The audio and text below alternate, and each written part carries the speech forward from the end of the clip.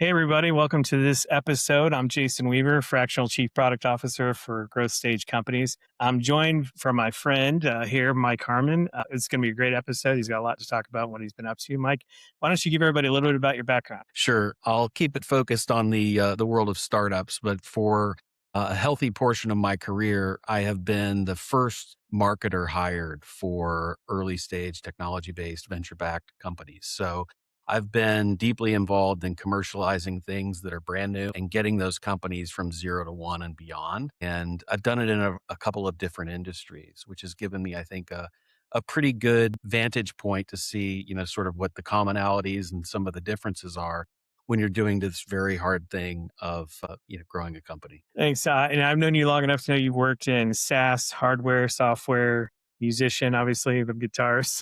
hmm What do you typically do when you first come into a new company? Is there a process you go through or a setup stage when you? I know that most of the people I've talked to about you say you're really good at getting them started. So what's that process look? Well, and I should say, in addition to those roles as in startup companies, I now advise startups. A lot of times when I meet with the technical founders that I typically support, it's really trying to meet them where they are. More often than not, we're dealing with folks that are super, super smart in a very specialized area of the world. What happens when I start to talk to these technical founders is we start to really kind of understand what it is that is special about what they've done, because just doing it isn't enough. You've got to take the next step to get it out into the world and to make people care. And that's where somebody like me comes in to Yeah. help make that happen. And so is it safe to say a lot of times you're starting out with these companies, helping them kind of get their footing, find their voice, or so to speak, right? Is that part of the process? For sure. Just because you've built something interesting doesn't mean that it's going to be successful or change the world. People respond to stories and people respond to folks who understand their need or pain. You've got to have that understanding of your audience, your industry. And when you do, you go that much farther faster. I've seen a lot of founders, show up and say, I built this thing and it does this, and stop. And it can't stop there. There has to be some development of application and also implication. So like where does it go and why should anybody care? And I was fortunate enough to be on a panel at a deep tech conference in Paris a couple years ago. And part of that responsibility, I advised several founders on their pitch for this competition. And, that was sort of a universal thread that I saw, is that it was, a tendency to over index on the technology itself and under index on the applications and the implications, which are the things that get people fired up, right? I mean, like, this is how this innovation is, as interesting it is, or as specialized as it is going to change the world. Yeah, I can see that as a technical founder myself. You get too close to the product and you're talking features instead of benefits and outcomes and stuff.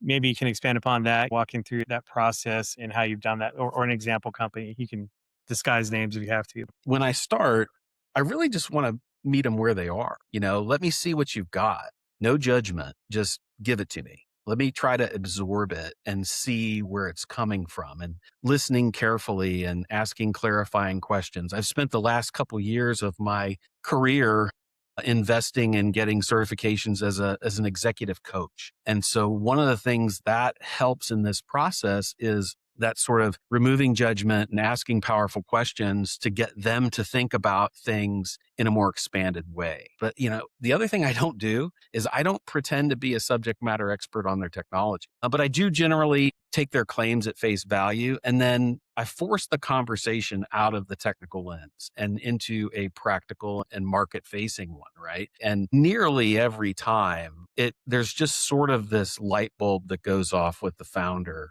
that sort of forever changes how they think about and present their idea, their technology, their content to different audiences. And so helping them see that and helping them get to those key points based on the audience is really something where you do see the light go off, and they do get it that relevance matters based on who it is that you're talking to. I mean, the deck that you give to the pilot customer isn't the deck that you give to the funder, isn't the deck that you present to the lead engineer that you're trying to hire. There That's are true. common elements, but the order and the emphasis are completely different. So different ways of communicating with those groups with one common message, but you're articulating it differently, right? Is Yep. that what you're saying? Yeah. Yep. Cool. I'm really interested to ask you one of these questions is, somebody when you walked in there, what's one expensive mistake that you've seen, if any? And so the mistakes, if you will, that I see are, trying to, taking every input that you get, whether it's from an employee, a neighbor, a funder, and trying to do all the things, or just, saying that will come later and not doing enough, not doing anything. So they're really just the mistakes I see are on the extremes. It's like too much or nothing. That's part of the reason that I decided to get involved with these early stage technical founders. And there's really a few things that can really be done pretty much consistently across the board that really set you up for commercialization success. And the first one is really storytelling. I call it the Moonshot Manifesto. It's a written document that says, here's who we are, here's why we exist, here's what we're changing in the world, and here's what it's going to look like when we do what we've done, right? It's really just something that you can rally around and focus on, and sort of a bit of a vision cast in terms of why you're doing what you're doing, why you're putting in the time and the hours and the effort and the resources to make something like this happen. But what it does is it gets people aligned. It gets stakeholders aligned, internal, external. Okay, I get what these guys are doing. I get why they're doing it. And it becomes a foundational thing for things like messaging, positioning, thought leadership. Right. The next one, and this would be a fun one to get your perspective on, is I really advocate for what I call minimum viable branding. I'm going to have a competent presence that helps people understand what I do. You don't need to have the deeply symbolic logo or the brand style guide that's 20 pages deep. You've got to be able to consistently represent yourself out in the market. And there are a handful of things that can be done to just say, okay, we've nailed our MVB and we're good for now. There will come a time, hopefully, where we want to advance that because we're going to go into different channels, or we're going to, tell our story differently.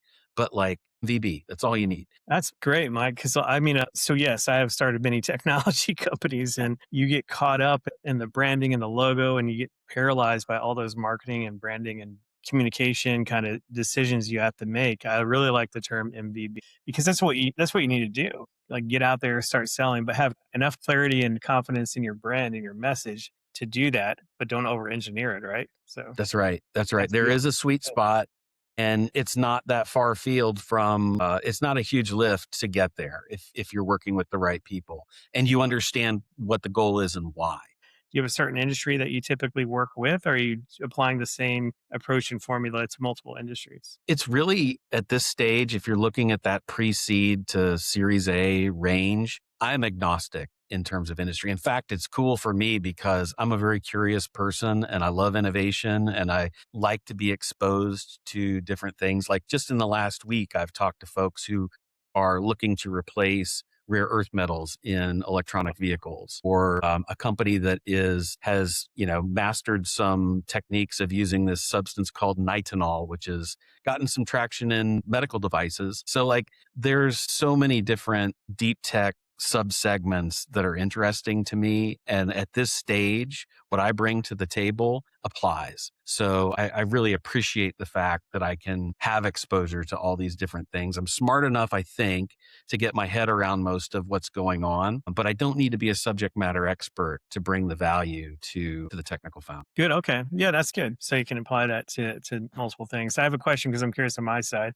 So I'm going through and building some stuff, et cetera. And I'm struggling to find our ICP. Like I know I have a good idea, right? But I don't know if it's like these guys over here, these folks over here. Do you run into that often? Like people who haven't had a defined ICP yet, or you typically when they're more towards product market fit, do you find that some of your clients struggle with that? Yeah. So in the deep tech world, there's this scale, a technology readiness level that exists, and it's from 1 to 10. I think NASA developed it. And so there's this progression that's understood that says you're at this stage because you've achieved this type of milestone. Hmm. And I actually, try to look at and map different commercialization aspects. And so, a lot of these folks, I would say, your classic ideal customer profile, they're still shaping their technology and formulating hypotheses of where it can apply that application bit. Hmm. And there was this problem of, okay, what do you go after? What's the one that's going to hit? Is it volume driven? Is it value driven? Is it application or product driven? Like there's so many different ways that you could look at it. And eventually we got to a process that I led, which was to kind of score the product categories against the different options and land on ones where you could actually make a bet That's and great. say, Yeah. we're going to focus on these areas. And wearables was one of those Oh, cool. areas based on the technology that we had. And so it's in many cases, these early stage innovations, there's too many places that they can go. It's not that, you've got that. And so the ICP becomes a function of doing some analysis and saying, okay, this is where the impact really is. This is where the pain is. And then you've got to have the conviction and the support to actually, go after those and ignore some of the other ones that might be vying for your attention. That's really good. Do you have any other stories or anything you want to seed into this? So, one of the flagship deals after we decided to prioritize on wireless power for wearables, we knew that wearables was a category that had some potential for us. And so I started charting all the different wearable companies, Fitbit, Apple, et cetera. And there was a newcomer on the block called Whoop, which is no longer a newcomer. For those who don't know, this is a Whoop strap. It's a wearable, and their business model is that you wear it all the time. You never take it off. And that adds value to the user because you've got this constant stream of data that is feeding off of being on your wrist at all the time. Well, in order to do that, you can't take it off. You've got to be able to charge the device while you're wearing it. And so they created this little puck and it slides on top of the device and you charge it while you wear it. Well, the first generations of these used metal connectors on the device and the charger. And it became a failure point. And so as I was learning about these companies, as I was researching them, I found myself late at night one night in r/Whoop on Reddit, and people were bitching about the fact that their devices were dying. And I was like, that's interesting. I wonder why that is. Right. It turns out it was the metal connectors on the devices. If you went in the shower, you went swimming with them on, they were both dead and they had to be replaced. So outbound email, I find the CTO and I'm like, hey, I know you have this problem. We have a potential solution. We can get rid of that connector and also bring some data into your device as well using NFC. And that was one of the areas that we were really, Well, really that's great. strong in. Yeah. Good fit. And so some very capable members of the sales team took it over from that point and closed the deal. And the rest is history there. But I mean, landing a flagship customer from, where we were a couple years before, where we were just like, where do we take this? Finally, we got to a place where had this right mix of problem, pain, volume, willingness to pay.